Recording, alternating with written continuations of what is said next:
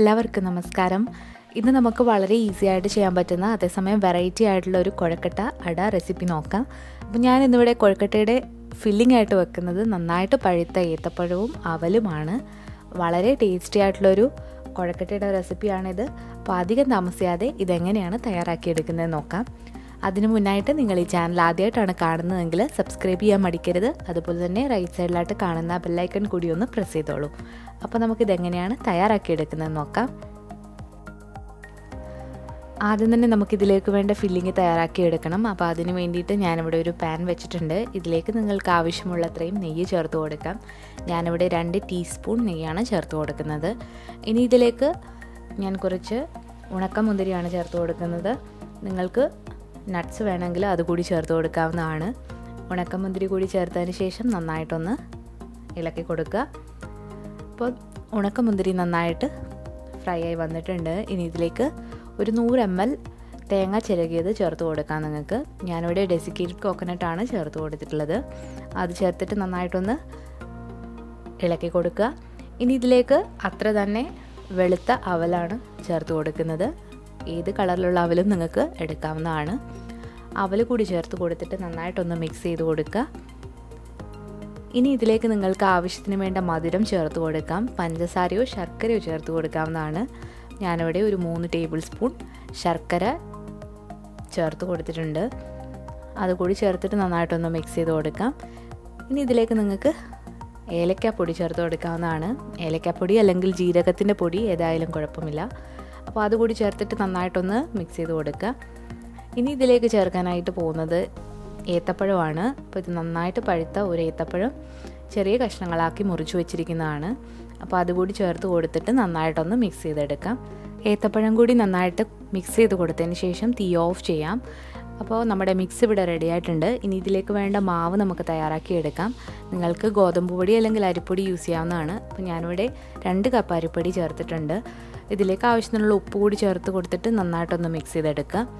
അതേസമയം തന്നെ ഞാനിവിടെ 2.5 കപ്പ് വെള്ളം നന്നായിട്ട് തിളയ്ക്കാനായിട്ട് വെച്ചിട്ടുണ്ട്. അപ്പോൾ ആ തിളയ്ക്കുന്ന വെള്ളം ഇതിലേക്ക് കുറേശ്ശെയായിട്ട് ഒഴിച്ചു കൊടുത്ത് നന്നായിട്ട് ഒന്ന് കുഴച്ചെടുക്കാം. അപ്പോൾ ഇടിയപ്പത്തിനൊക്കെ നമ്മൾ കുഴയ്ക്കുന്ന പോലെ നന്നായിട്ടൊന്ന് കുഴച്ചെടുക്കാം. കുറേശ്ശെ ഒഴിച്ചിട്ട് വേണം ഇത് കുഴച്ചെടുക്കാനായിട്ട്. വെള്ളം നല്ല തിളച്ചതാകാനും ശ്രദ്ധിക്കാം.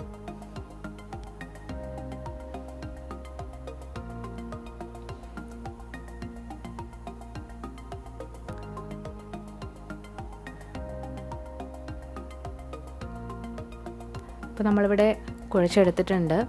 ഇത് നല്ല സോഫ്റ്റായിട്ട് വന്നിട്ടുണ്ട്. കൈകൊണ്ട് ഒന്നുകൂടി ഒന്ന് നന്നായിട്ടൊന്ന് കുഴച്ച് കൊടുക്കുക. അപ്പോൾ ഇതാണ് ഇതിൻ്റെ ഒരു പരുവം. അപ്പോൾ മാവ് നന്നായിട്ട് തണുത്തതിന് ശേഷം നമുക്കിത് കുഴക്കട്ടകളാക്കി എടുക്കാം അല്ലെങ്കിൽ അടയാക്കി എടുക്കാം. അപ്പോൾ ഇനി നമുക്കിതൊന്ന് ഫില്ല് ചെയ്ത് വെക്കാം. അപ്പോൾ ഇലയൊക്കെ ഉണ്ടെങ്കിൽ നിങ്ങൾക്ക് ഇലയുടെ ചെയ്യാവുന്നതാണ്. അല്ലെങ്കിൽ നിങ്ങൾക്ക് ഇതുപോലെ കുഴക്കട്ട ചെയ്യാം. അപ്പോൾ ഇല ഇല്ലെങ്കിൽ നിങ്ങൾക്ക് ബട്ടർ പേപ്പർ അല്ലെങ്കിൽ അലുമിനിയം ഫോയിൽ വെച്ചിട്ട് നിങ്ങൾക്ക് അട പോലെ ചെയ്ത് നോക്കാവുന്നതാണ്. ഞാനിവിടെ കൂടുതലും കുഴക്കട്ടയാണ് ആക്കുന്നത്. അപ്പോൾ അത്യാവശ്യം ഒരു വലുപ്പത്തിൽ ഇതുപോലെ ഉരുളകളാക്കുക. അതിനുശേഷം കയ്യിൽ കുറച്ച് വെള്ളം തടവിയതിന് ശേഷം ഇതൊന്ന് പരത്തി കൊടുക്കുക. നിങ്ങൾക്ക് തിക്നെസ് കുറച്ചിട്ട് പരത്തുന്നതാണ് നല്ലത്. അപ്പോൾ ഇത് നന്നായിട്ട് പൊട്ടിപ്പോകാതെ ഒന്ന് പരത്തി കൊടുക്കുക.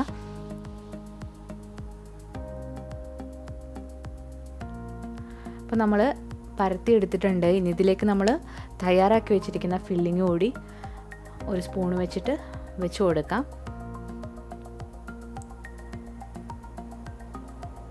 ഇത് ഇങ്ങനെ റൗണ്ടാക്കി എടുക്കുക, കുഴക്കട്ട പോലെ.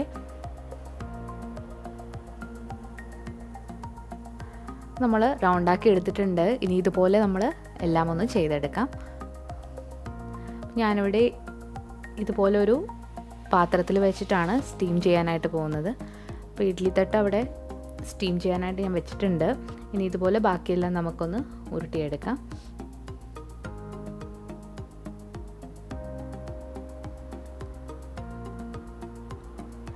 കുട്ടികൾ സ്കൂളിൽ വിട്ട് വരുമ്പോൾ കഴിക്കാൻ കൊടുക്കാൻ പറ്റിയ നല്ലൊരു സ്നാക്കാണിത്. അതുപോലെ തന്നെ ബ്രേക്ക്ഫാസ്റ്റിന് തയ്യാറാക്കി എടുക്കാനും വളരെ ഈസിയാണ്.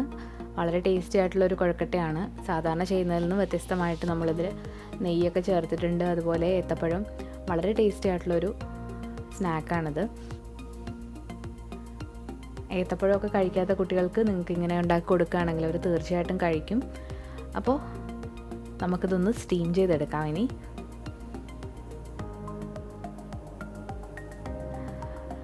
ഇത് മുഴുവൻ ഇതുപോലെ കുഴക്കട്ടയാക്കി എടുത്തിട്ടുണ്ട്. ബാക്കി വരുവാണെങ്കിൽ നിങ്ങൾക്ക് ഫ്രിഡ്ജിൽ വെക്കാവുന്നതാണ്.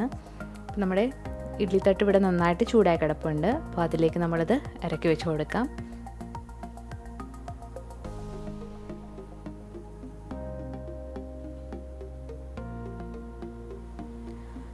ഇതൊരു 15 മുതൽ 20 മിനിറ്റ് വരെ നന്നായിട്ടൊന്ന് സ്റ്റീം ചെയ്തെടുക്കാം.